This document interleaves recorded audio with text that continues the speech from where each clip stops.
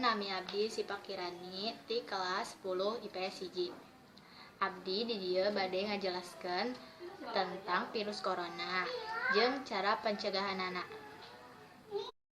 Anu kahiji, naon eta ngaranna virus corona teh? Virus corona nyaeta penyakit anu nyebabkeun infeksi saluran pernapasan.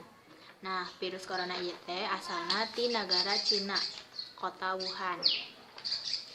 Virus ieu teh nyebar ka sababaraha negara, di antarana teh negara Indonesia. Ayeuna cara pencegahanana.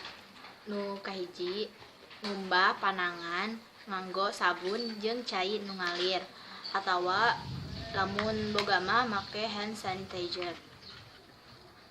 Nu kadua, urang kudu rajin ngadahar kadaharan anu ngandung vitamin C. 3, urang kudu ngajaga jarak jeung batur, komo deui jeung jalma anu gering. 4, urang kudu nganggo masker upami kirang sehat.